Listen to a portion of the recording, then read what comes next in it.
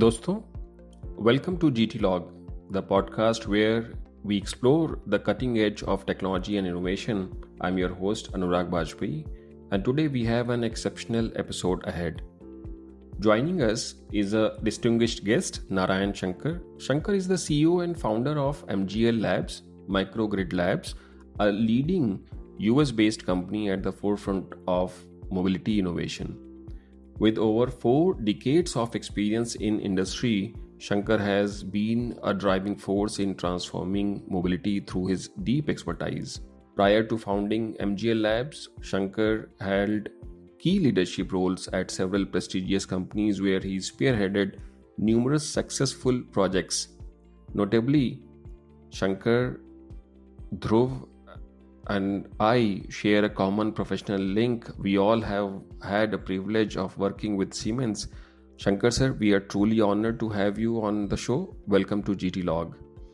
And co-hosting today's episode with me is Dhruv Jain, the co-founder of Greentree Global.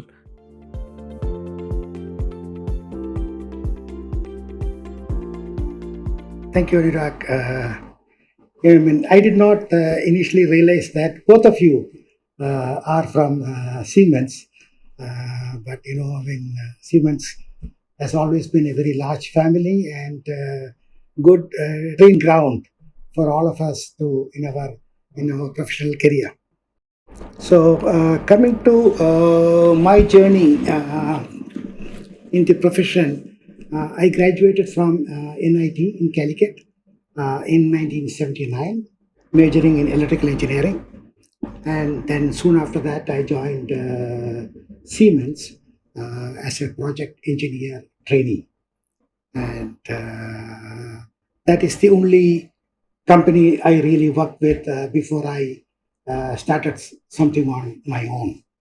So I was part of the project sales group within Siemens. I worked in Chennai, in Bangalore. Then I was in Germany for 2 years. From there, I moved to Siemens in Singapore, then Kuala Lumpur, Malaysia, then had a very, very short stint in Thailand, then had a long stint with Siemens in China, and eventually landed up in the US. So bulk of this time I was part of Siemens Power Engineering and Automation, selling anything from switchgear, low voltage, medium voltage, high voltage, all the way to 275 kV systems. Then I was part of Siemens industrial projects, specializing in drives and automation for steel plants. Then I had a brief stint in the IT section of Siemens, where I dabbled with SAP implementation within Siemens. Then I moved to the US in 2012 and joined. At that time, Siemens had a separate BU specializing in microgrids, and I was part of that business unit. That is what took me from China to the US. So what has made you started this company after Siemens? Yeah, then right from college, I always wanted to do something on my own, right? And I am sure most of us always have this dream of doing something on our own. But the India of 1980s was very different than the India today. We were part of a different, ethos about, we had the license Raj, and we had more of a socialist approach to the economy, and the startup. There was hardly any startup ecosystems. And then all of us are also coming from a middle class security and responsibility syndrome, where you have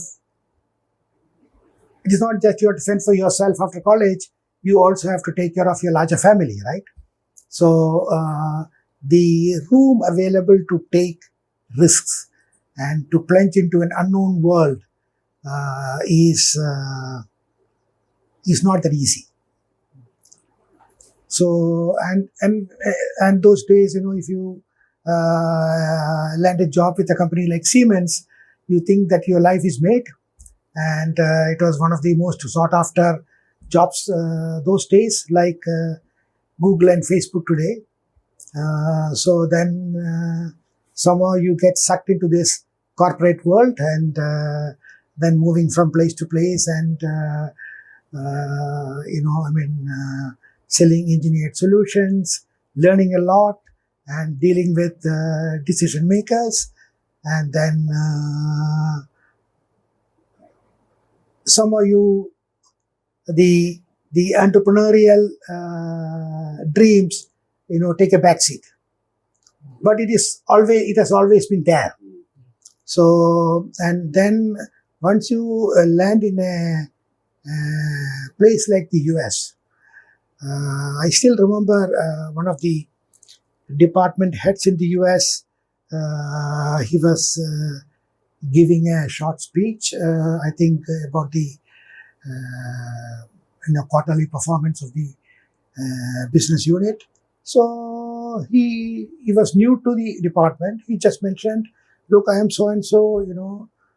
This is my life journey. I set up this company, and this company became bankrupt, and I closed. Then I set up another company that also closed, and then I got a job in Siemens." Correct. So, and he was saying this matter of fact, without feeling without feeling embarrassed, saying that, "Look, I set up a company did not work," anything like this. So he was rather very proud, saying that, "Look, I tried and did not work. Okay, I tried another thing, did not work. Okay, now I tried Siemens." So for him, it was part of his life. So, and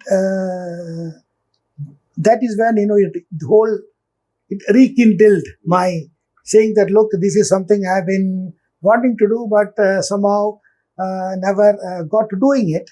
But if I don't do it now, then it is going to be never." Very nice. Yeah. So that is what actually re-triggered this idea, and then pushed me into taking a decision. So, and that business unit was also not doing that well, Microgrids. I got my green card in the US. Then I thought, now I am not stuck because of any visa requirement. Correct. Then I think, let me take the plunge. Very nice. Yeah. So that is how I started. And so 2012 means I was almost 54 years old, right? Correct. So is it 54? 58. So after 30 years yes. of Siemens, passing from the college, correct. Something like this. Correct. Very nice. Yes. And the general audience who may be listening to this, I would suggest doing it a bit early. Don't wait until 50s. Very nice. Correct. If you don't do it early 20s, at least try and do it early 40s, when you still have a lot of energy left in you. So it is very important aspect that you have mentioned. It is about the ecosystem. So you get to hear from your colleague that the failure is not a taboo. Exactly. Like we have here in India. Yes. It is important to try, and then you get failed, and then you learn, and then you again fight for another run. It is not only there is no stigma attached to failure. In fact, they consider this is positive, because now you know why you failed. So you will not repeat it again, right? Because there is also a lesson. So, sir, tell us something about the Microgrid Lab. What do you do in this organization? So when I decided to do something on my own, it was relatively a very quick decision. So I did not spend a lot of time in toying with different ideas what to do. should I manufacture something or things like this. And I am not a software person because so I cannot sit in my garage and coming out with a code and then release it to the world. So I am not coming from that background. For me, the easy thing to do was get into some form of consulting because that did not call for any huge investment other than your time. Correct? And of course, you need some marketing money to land the first contracts. You also had your 30 years of experience. 30 years of experience, and you have built a name in Siemens. And the name Siemens also takes you far. Yeah. So, and within that whole world of microgrids, I was all fascinated with the topic of mathematical modeling. This is something I always wanted to do even earlier because I felt that there is no need to build things and experiment with things when if you are able to mathematically model it with a reasonable level of accuracy and simulate it. And because that accelerates the development and also mitigates a lot of risks. So I wanted to, within the whole facet of consulting, I wanted to specialize in this area called mathematical modeling and simulation. So within microgrids, that's what I did. Correct? So I was not doing, preparing one-line diagrams or detailed engineering designs. Rather, how this microgrid would operate and create a mathematical model so that you are able to right size the different components that go into microgrids and optimize it. That was my expertise. I wouldn't call it expertise, but that was my offering to the market. Yeah. And I tied up with Lawrence Berkeley National Lab. That's a leading national lab in the US. So they have a microgrid division and they have a software for mathematical modeling of microgrids. So I took a license of that software and then started doing feasibility studies of microgrid using the software and many a time doing projects together with the national lab. So LBNL also gave me a lot of encouragement and break and helped me to land the first contracts and also to understand more about mathematical modeling and simulations. Okay, nice. So when you talk about taking a plunge into entrepreneurship at the age of 58, so I'm also curious to know what was the response of your family members, trying your hand at something which is Yes. perceived to be risky at this age. Yeah, that's a very good question. So multiple things. I had a reasonably good career in Siemens, living in different parts of the world, and I would say living the expat life.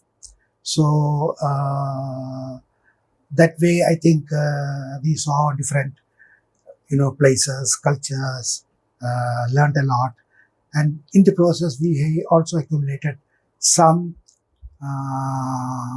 financial stability. And my first son was already finishing college in the US. Second son was in high school. So I think the family responsibility is partly taken care of.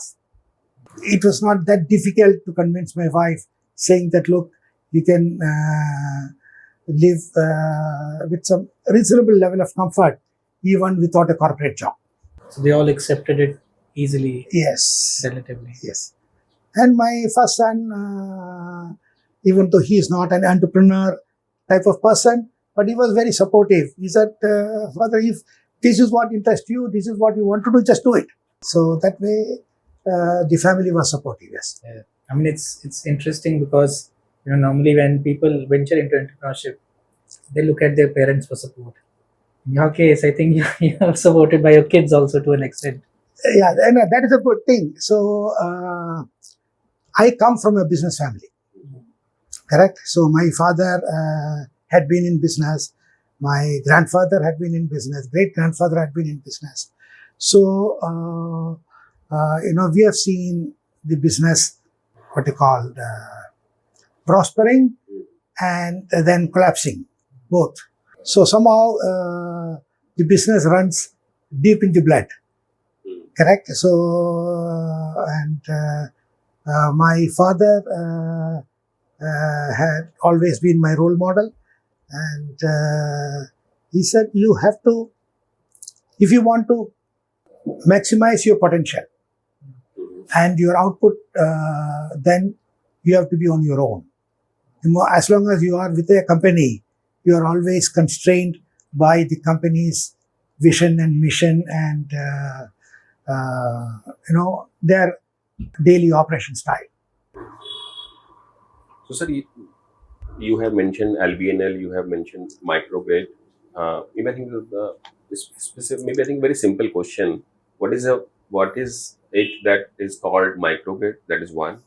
The second is, what is the trend that you see in terms of adoption of microgrids or even the energy storage at a global level? Certainly, India is an aspect that we will be talking later, but maybe I think at globally, what is the trend that you see? Microgrid is now, has become a, household, phrase or a name. But in the early 2000s, it was a newly coined name, microgrids. But the technology is not new. We always had microgrid technology in India for, dozens and dozens of years. But we called it by a different name as backup generation. Correct? And unlike in the West, where backup generation was used only in the event of a power outage, and that too in certain extremely critical industries like hospital or process industry. In India, on-site power generation was very common, not only to overcome an outage, because many places we had power cuts.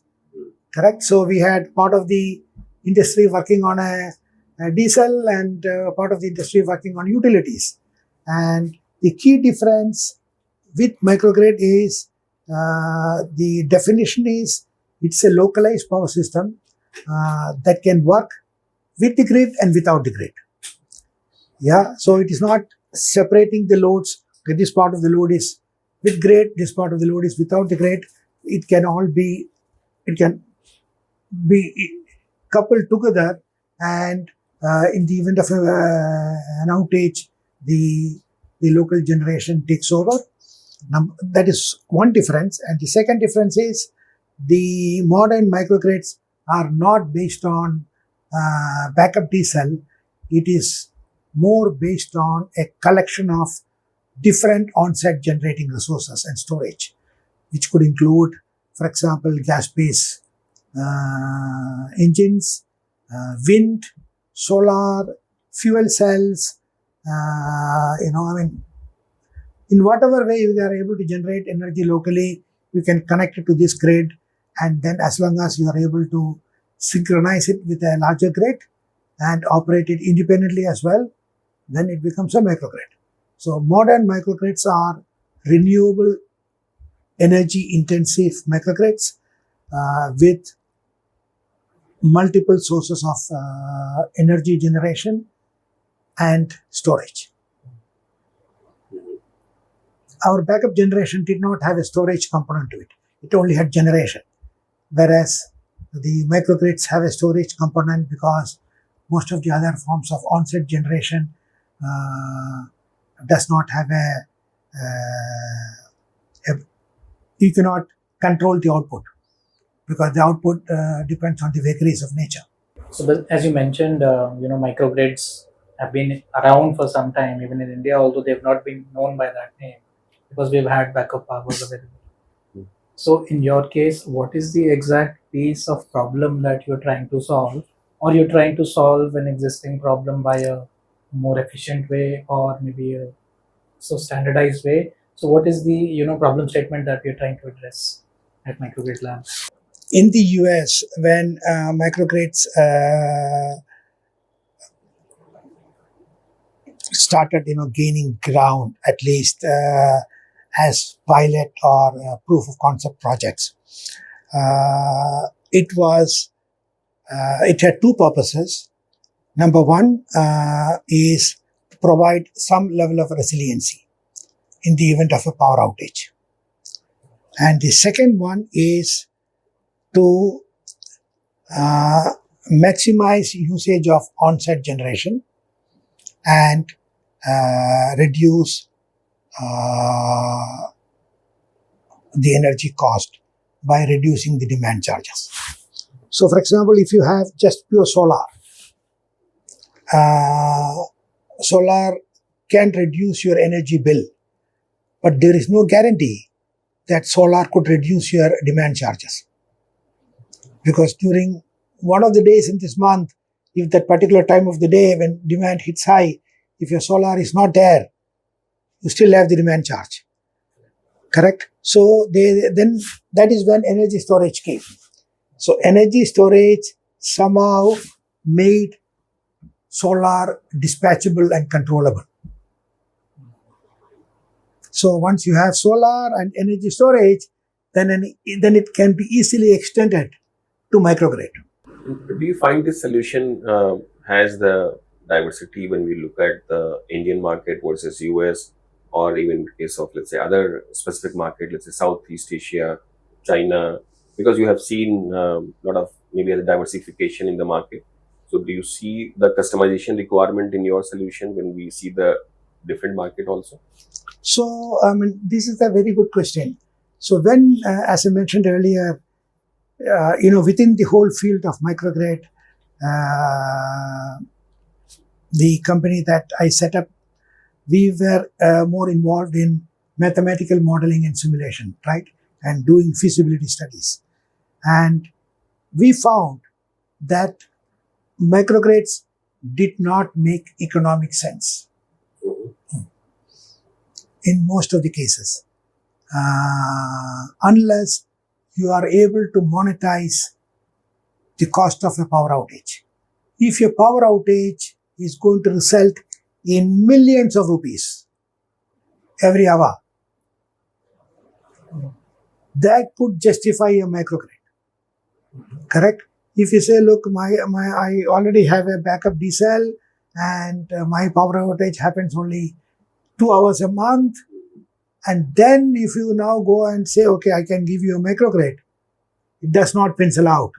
So that is the reason the microgrid, there's a lot of projects, POC projects, hospitals, everyone is talking about microgrid.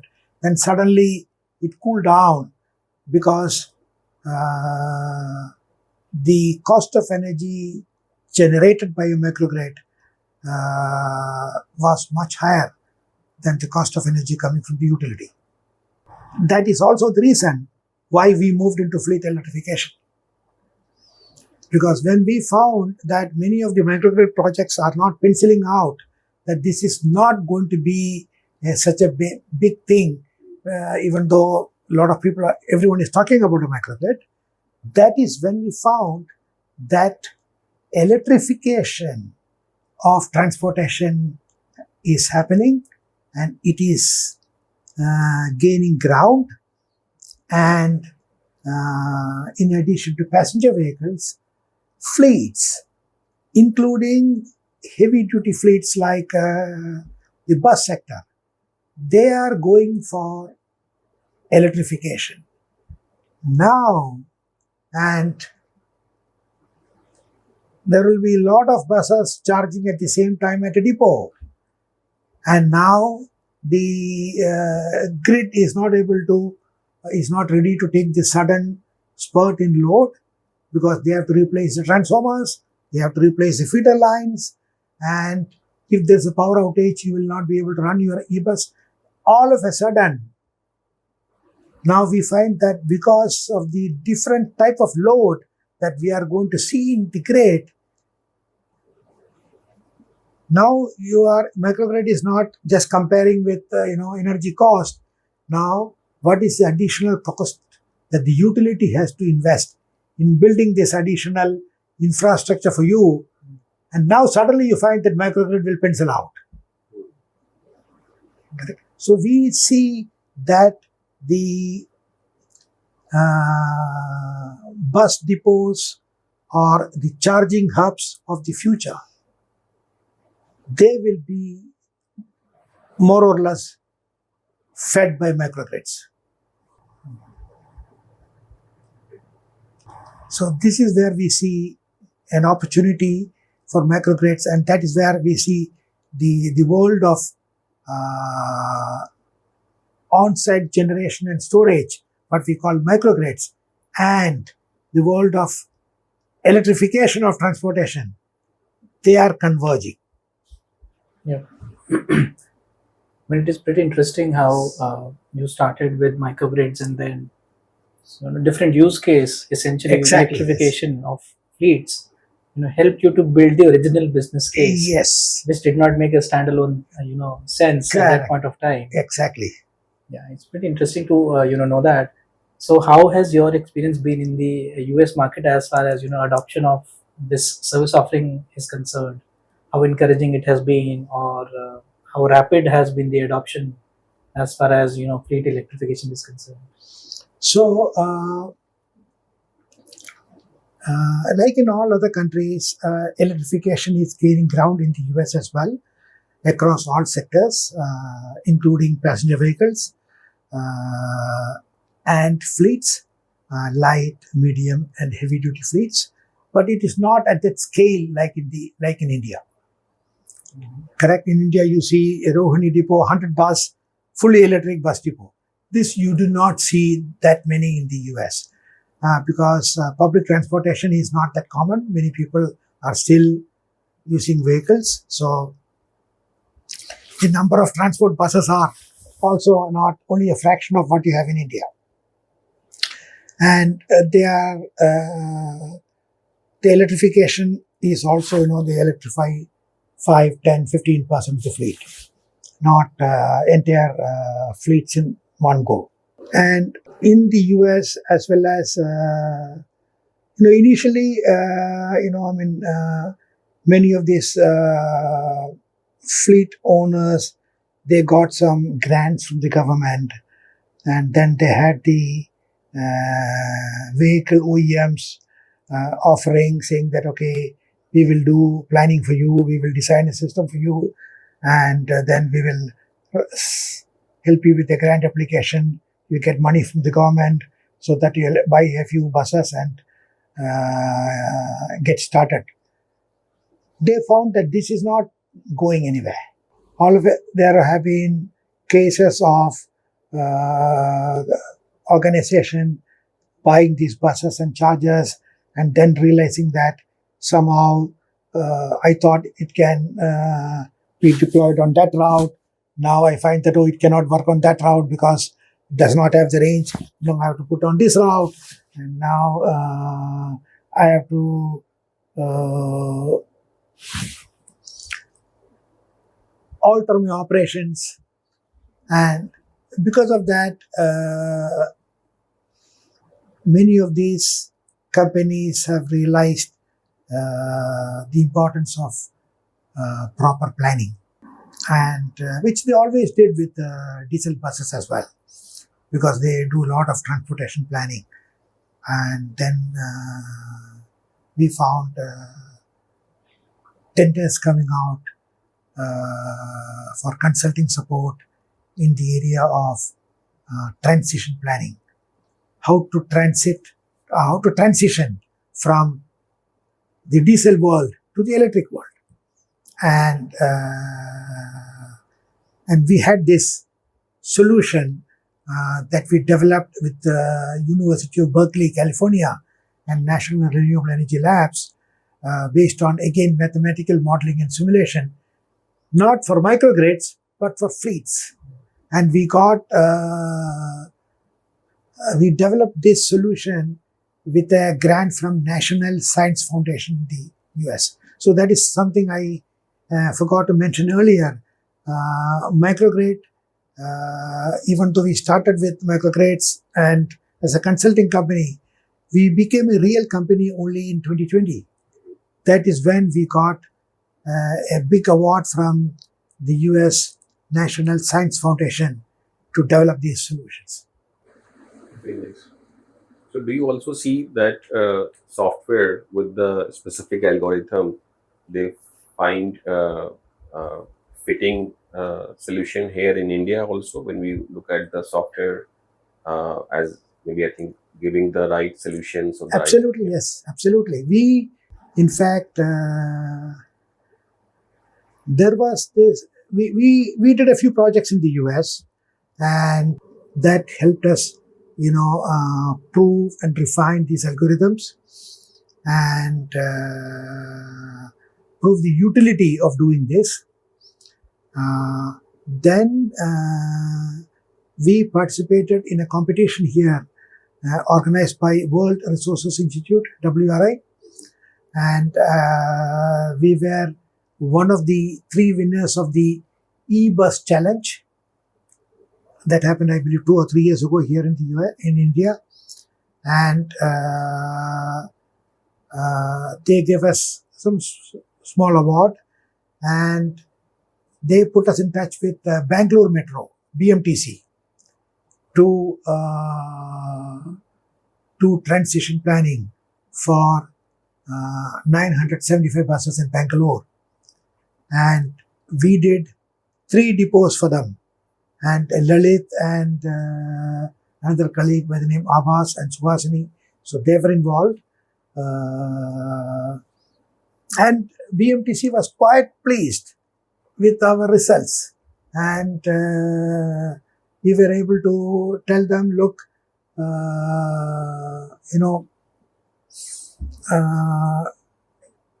the designs which were where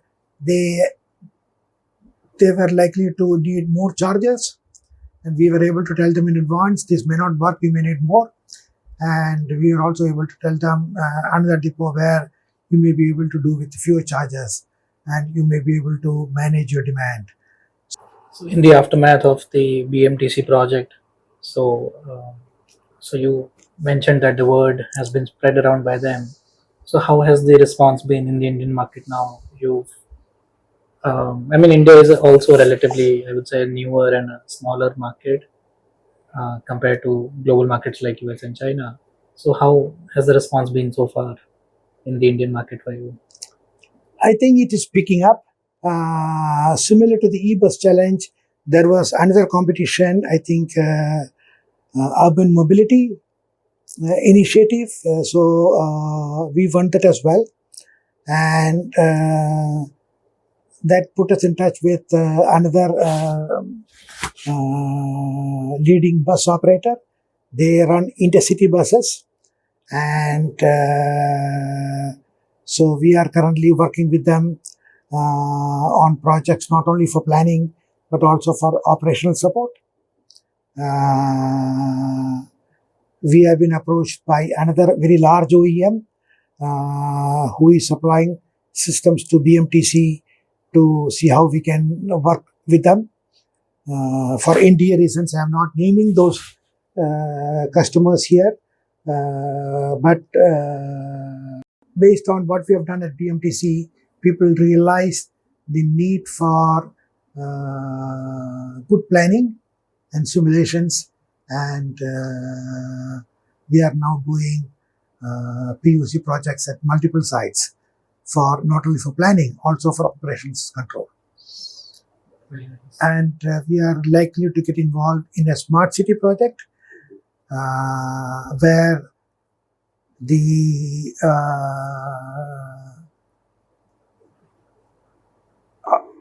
state transport undertaking is already operating 150 buses, but they are not being operated well. They have a lot of issues. We were called in. Yeah, we did not even know about this project. So we got a call saying that, look, we think that you guys can have the solutions, can you support? And now we are just in the process of finalizing those contracts. So what I was coming to is We don't have hundreds of projects in India yet, but slowly I think people are realizing that there is a need, there is a knowledge gap in the industry that we are able to fill. And the key differentiation that we have in these markets is not only the algorithms that we have. We do not come from an IT software world, correct? We come from a energy, power engineering, automation world, and the smart depots of the future are like little factories. So one query that comes to my mind in terms of, let's say, you mentioned the BMTC as a maybe organization which take your solution forward as a demonstration project. But when we look at the ecosystem as a whole, so maybe the public procurement policy is one. You also look at maybe other stakeholders in terms of maybe the part manufacturer, component manufacturer, or maybe the people responsible for the maintenance of the buses. All these part and parcel, they are part of the ecosystem. So that is one thing which is important for the maybe I think the public transport perspective. We also need to look at the supply perspective, let's say from the utility side, the discom side, because when we look at a lot of buses with such requirement, if they get parked at the depot, they certainly will require more energy at a particular time, and then this will create the peak for the for the utility company. How do you see the requirement of such maybe fast charging infrastructure in terms of the energy demand, and also maybe I think the counter support from the supply side company like the utility company? How do you see they are coping with the requirement from one department, and maybe their infrastructure, with that infrastructure is available as per the requirement or not? So because we need to look at these balancing acts in going forward in terms of more and more adoption of such new maybe vehicle. Utility is going to play a major role in the whole electrification because they will be the one who will be called for to supply the energy, and they will have to build the infrastructure to support this. But the way it is happening throughout the world, not only in India, is somehow the approach is very similar to solar integration. So you try to set up solar and then you go to utility for interconnection. The utility is going to be impacted in multiple ways. Number one, they will, even though from a generation perspective, the utilities may have the required supply, or they may be able to easily augment the generation capacity to support electrification by setting up additional power plants. The challenge is going to be at the distribution level, correct? Because you are going to face a lot of local overloads. Because electrification is not going to be distributed uniformly everywhere. And this is where the utility will have to beef up their infrastructure. And number two is the way the energy is consumed is defined by the operating schedule of the fleet. Correct? And the fleet operator will say, I am going to consume so much energy between, say, 2 p.m. and 4 p.m. And that is when I will charge the buses. From an overloading perspective, maybe it may not overload because maybe, the substation has the required capacity. But what we are seeing is, especially discoms, who buy energy from the market and resell, they are forced to buy energy at spot market. Because between 2 and 4 p.m., that is when the energy prices are very high. And now, if you go back to the fleet operator and you say, no, don't charge between 2 and 4, charge before 2 or after 4, it is not easy for the fleet operator, because that is when so utility and have to get involved much earlier when these transition plans are made, so that the utilities know exactly what is going to be the load profile. And this is something that we provide when we do transition planning studies under different operating conditions, when you are likely to what is going to be your charging load at different points in time, depending on different operating scenarios. And unless the utility gets engaged pretty advanced before these things are finalized, it will be very difficult for the utility to influence this at a later point in time, because more or less now the operations are fully set, and then the operators may not be amenable to making any change. With respect to the demand flexibility, because that is where maybe I think it can optimize the peak load for the utilities. So demand flexibility is something which they always ask for from their consumer. But in case of operators, certainly they will not be having enough flexibility, because for them the business is certainly Exactly. is important. So the whole idea of demand response and demand flexibility is on the assumption that you have non-critical or less critical loads that you are able to shift. Yeah. Correct? But electrical charging or EV charging, especially when it comes to fleets, does not lend itself to this flexibility. So it is like a critical load. You can't change. Yeah, pretty interesting. In fact, the point you mentioned about peaks, this year at an all India level, I think we've hit around 246 or 250 gigawatts of peak power. That was somewhere in the afternoon at 3:30 p.m. because of the scorching heat. And it is only expected to go up and touch maybe 400 gigawatts by 2030, which is the estimate. And then we are looking at a sudden dip in the load, when it comes to hours between the evening, the night peak and the day peak, which means there's a lot of variability in the demand itself. And I think climate change only adds to the variability. It makes the problem even worse. So how do you think, these solutions that you promote at MGL, they can help manage with the variability in the, demand itself? Two things to this peak. One is, this 250 gigawatts of peak that we are talking about, that is at an aggregated level. Yeah. Correct? But the peaks are encountered and faced at a very, very local level. Correct? So you may be able to do certain things to manage your 250 gigawatt, but you may not be able to achieve it at every node where it is required. So and the transportation electrification gives you that flexibility if you plan it. Because currently, I think this 250 gigawatt we are talking about, because of the scorching heat, is not coming from EV. It is primarily coming from, air conditioning type of loads, cooling loads. Now, with EV, we are at the beginning of the EV revolution, right? When every second vehicle on the road is an EV.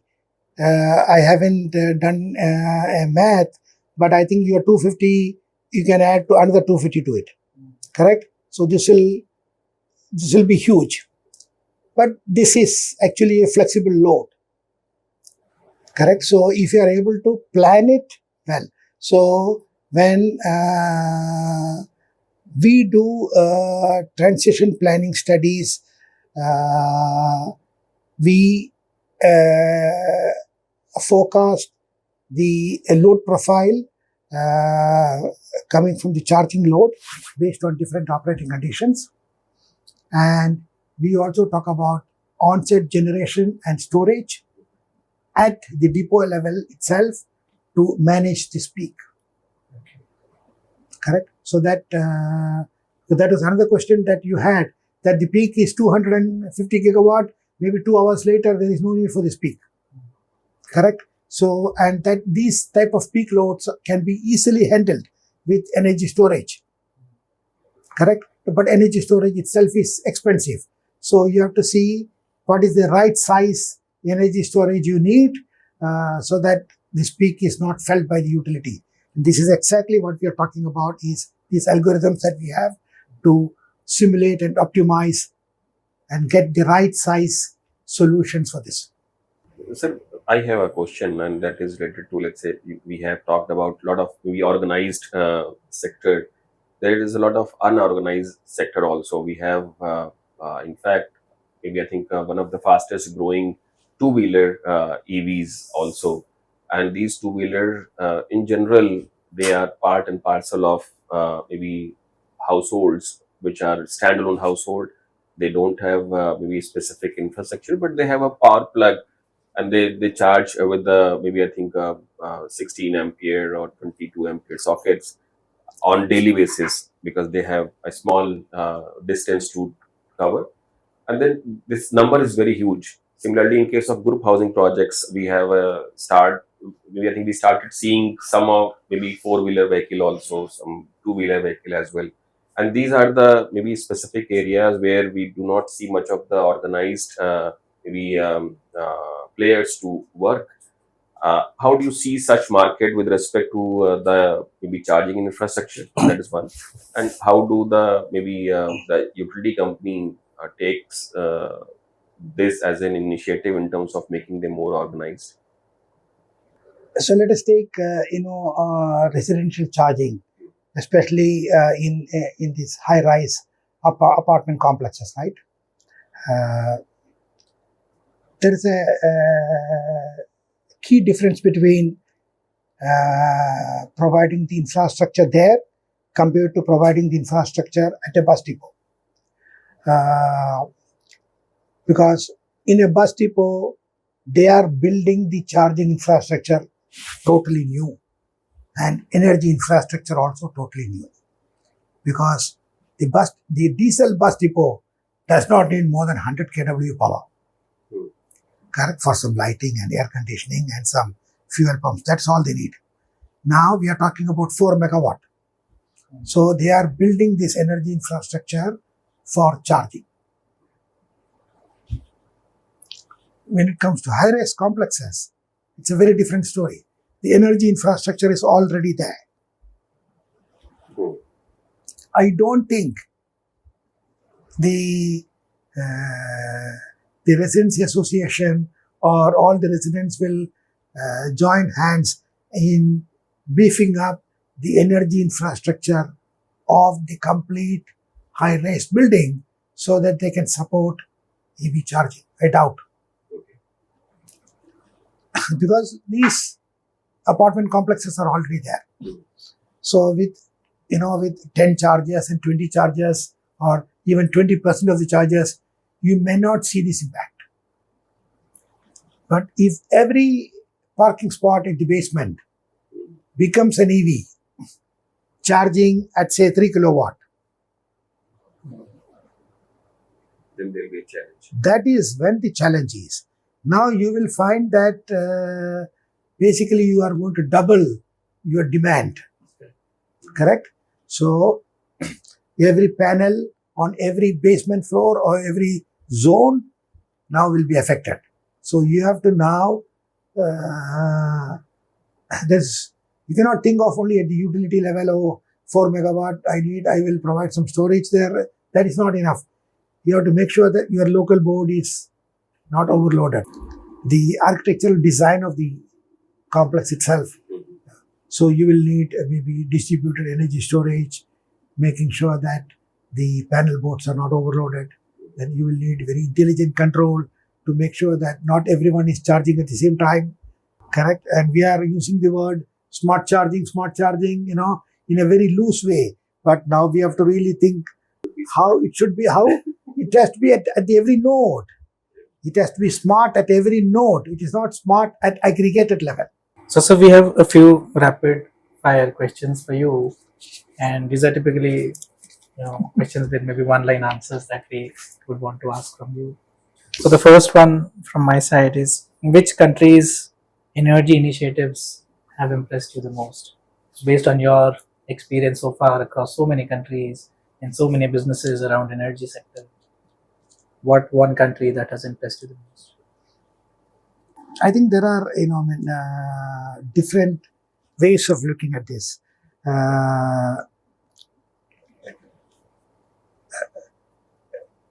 We were in Germany in 1992, 2 years.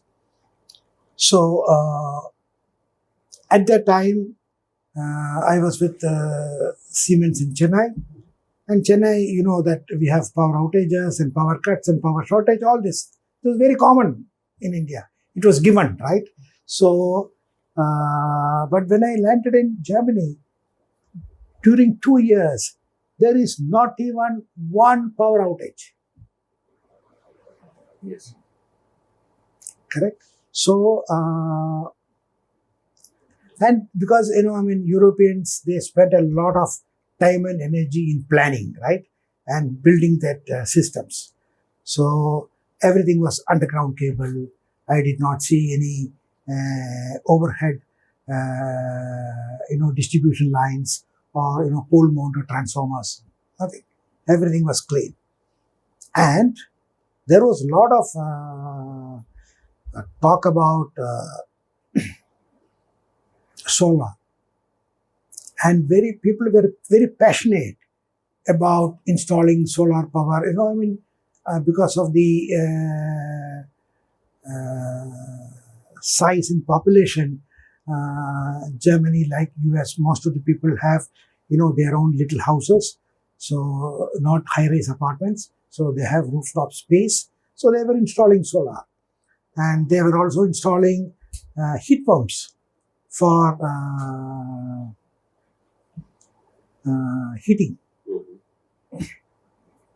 So they were very passionate about adopting these things. And even if it costs them a little bit more. So that is why you see this Green Party and all in Germany, they are getting votes because there is a lot of conviction amongst people to actually adopt this, not because it is cheaper or anything like this. Then we were in China in 2004 to 2012. That is when we found China was, growing, and it was based on huge central plants. Coal plants.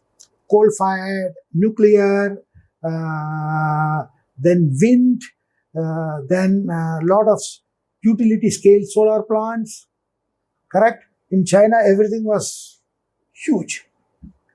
Correct? And they created a very, very strong grid. Yeah, but based on, huge centralized generation, which included renewable generation as well. And in the US, they have a lot of rooftop space, but they did not adopt solar the way Europe adapted. Now they are adopting. Correct? So in the US, there is this incentive, tax rebates, so there is a lot of government policies that they provided to support. And now we find that there is a lot of adoption of solar and wind in the US. Very nice. So we have a second rapid fire here. So if you could spend maybe some time with the inventor from the history, who would it be? And maybe also the why. The current war, I don't know whether you have heard this movie. It is the fight between Nikola Tesla and Edison, DC versus AC. And, Thomas Edison was a promoter of, DC. And that is how electrical engineering started, is DC, right? Then came Nikola Tesla promoting AC current. So, I was always fascinated with the whole idea of AC, because AC is much more difficult for people to understand, right? DC is very simple, V by R equals I is so simple. And whereas AC, you have this phase issue, you have reactive power, all types of issues. So if given a chance, I would like to ask him, how did he actually come up with this idea of AC itself? In fact, the entire power electronics industry sits on the premise of conversion of AC to DC or vice versa. You have thyristors, you have firing angles, and then how you clip the sine curves and convert them into DCs. So ACs and DCs and interconnecting them through power electronics, it makes it the entire engineering world very interesting. Exactly. So we were talking about EVs and the EV adoption in India, two-wheelers, three-wheelers, and fleets. That is an area where you also work. When it comes to EVs, one of the key aspects of owning an EV is about having that charging infrastructure available. It is like fuel for the vehicle. And in India, I believe the ratio of charging infrastructure stations to the number of EVs on road is significantly lower compared to the global average, especially in the European countries when you look at Norway, Sweden, Finland, and those areas. So how important is it, for us to have that network of density of charging infrastructure stations first, in order to promote EVs? I mean, it's always an egg and chicken question, what comes first, charger or the EVs? So I wanted to have your perspective on, how do we tackle this problem? How important is it to have those infrastructure stations first, or the stations will follow the EVs? So what is the way around it? I think this is a chicken and egg case, right? So there are countries like China. I'm not talking about EVs per se, who have an approach that we build first and they come. Correct? Whether it is buildings or stadiums or anything, you build first and the demand will follow. But in a market economy like in the US or in India or even Europe, it is not that simple, right? Government may provide some incentives, but somebody has to buy the real estate, install it, and run it, and they have to see the utilization. That is where the challenge is. Correct? So unless the EV penetration is significant, you will not see the level of utilization that will make these investments sustainable. So as long as you say, okay, 90 or 80% of my requirements are intra-city, where I can charge at home, and in the event of an emergency, I have some places to charge, and long distance I will see when it comes. Maybe I will rent a car or something like this. Then I think EV adoption could really pick up. Because otherwise, EVs are like little aircrafts. They are expensive and the batteries are heavy. And if you buy an EV with 600 kilometers range, and 80% or 90% of the time you are only using 50 kilometers a day, it's an expensive toy sitting in your house. And EV is also going to be computers on wheels. Every 3 years, you will find that the whole software will change with new features, that feature, this feature, everything. So you have to upgrade. So all this costs money, right? So you need to have an EV that you are able to utilize well. So I own a little Nissan. I told you earlier, 90 miles range. That meets 90% of my household requirement. And when I go out station, I have a second car. Maybe in India, a second car is not possible, but then you have to find other ways of managing a long distance and managing your day-to-day usage with EV. And so, what is the best model? For example, ideal model, I would say. So, for example, at a city level, you have maybe a car manufacturer has a charging infrastructure also, and then they provide all the infrastructure as an ecosystem together. You have a car, you have your maybe your app which shows what are the maybe charging infrastructure at different locations. You don't have that anxiety issues with that model. And then when you look at the maybe the government role in terms of making such infrastructure available with respect to subsidies, or maybe I think enabling the charging infrastructure for the public transport, for example, national highways, we have a certain number of charging infrastructure. What is the maybe I think the best available model at a particular maybe I think at the global level, which can inspire or which can give us some specific maybe solutions or inspirations which can be suitable to our country? Is there any specific model available, or we need to just customize as we go? I haven't done a deep analysis on this specific topic, but if you see in the US, Tesla built up charging infrastructure. Yeah. But Tesla's prime business is selling cars. So they provide charging infrastructure to support the sale of cars. When it comes to intra-city, I do not know how much of public charging we really need, because most of the people may be able to charge at home or in their, even if it is high-rise complex, in the basement, or when you go to the workplace at the office. The need for public charging, 50 kilowatt high-speed chargers may not be that high for intra-city use. So one more related question, so there are two approaches to owning an EV and running it. One is you go for a charging, setup, or you go in for a battery swapping, which is also a model. Technically, it is possible even in buses which have 350 kilowatt, let us say, battery. So what holds more promise for India's charging infrastructure or the EV ecosystem? Is it the battery swapping model or is it the charging model? The battery swapping model is definitely workable for two-wheelers, and to some extent maybe even for three-wheelers. The challenge with the battery swapping model is, of course, the technical challenges of handling the batteries when it becomes heavy, removing it and putting it back and making sure that the connections are intact, loose contacts. That's a technical part.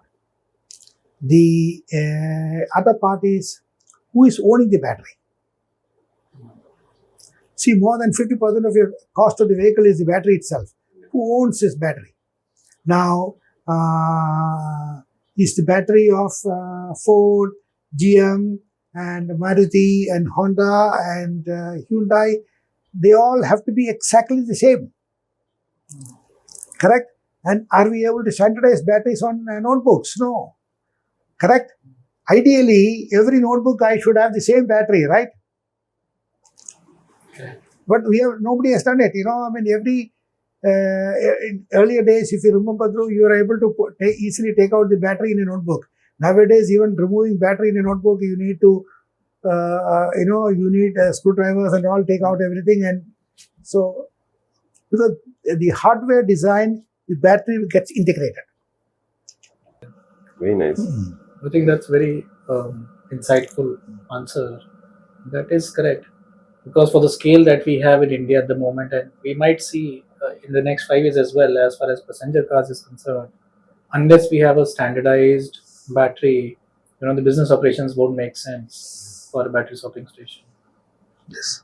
And the OEMs are not going to, because that they may think that is their differentiation, right? Their battery is the differentiation. Their battery, how they work with their battery chemistry. They may have cooling systems. How they handle the battery, they may say, is their differentiation. So it does not become it's not like your torchlight, where, every torchlight, the batteries are separate, right? That is a model that you and I are looking for, right? Correct? It is not that a plug and play model. Plug and play model. Yeah. I don't think it's as simple as it is as simple as that. Because then the rest of the shell, there is nothing. Yeah. So then they're just box manufacturers. Yes. Very nice. Great insight, sir. Thank you so much for your time. maybe I think just in the last, maybe I think the message for the audience, because these are the newer areas when we talk about the microgrid energy storage, EV charging, electric vehicle charging infrastructure, or maybe energy demand, flexibility, and all these terms, which are maybe I think the new terms where we all have to be conversant in due course of time. Maybe I think some message for those who wants to build their career in this area, or who wants to try out with the newer ideas or insights in terms of building a career as an entrepreneur with the company, or maybe outside the company. So any specific message for them from your side, because you have also maybe I think a great journey in terms of working with a large conglomerate and then starting up as an entrepreneur. So I think any specific message for the audience? I think it is not EVs in general. When we all started as engineers, long ago, that the technology remained relatively stable for longer periods of time, right? Like, for example, the vacuum breaker. Even today, I think it is still vacuum breaker, and I remember selling the first vacuum breaker in Siemens in 1984. In today's world, technology does not stay static for long periods of time. Correct? It changes very, very fast. And the advent of electric vehicles is going to turn the whole industry upside down if it gets fully adopted. Yeah, many of the gas stations will disappear. Many of the workshops will disappear. Many industries will disappear. Lubricants and carburetors and many of this. So, new type of industries will come, and many of them could be around service. And I think the youngsters should be prepared for this. Correct? And it is going to open up a lot of new opportunities. And not only employment opportunities, a lot of entrepreneurial type of opportunity. Like, computer repair shops. You have to maintain these chargers. You have to, and there will be charging systems all over, everywhere. Owning and operating these charging systems. And there'll be, I'm sure, people are creative. They will come out with a lot of, value-added solutions. Great. Thank you so much, sir, for sharing your experiences. Thank you, Dhruv, for making the conversation more live and insightful. Thank you, everyone, for patience listening. Thank you. Thank you, sir. Thank you very much. It was very interesting, very informative. Thank you. Thank you, sir.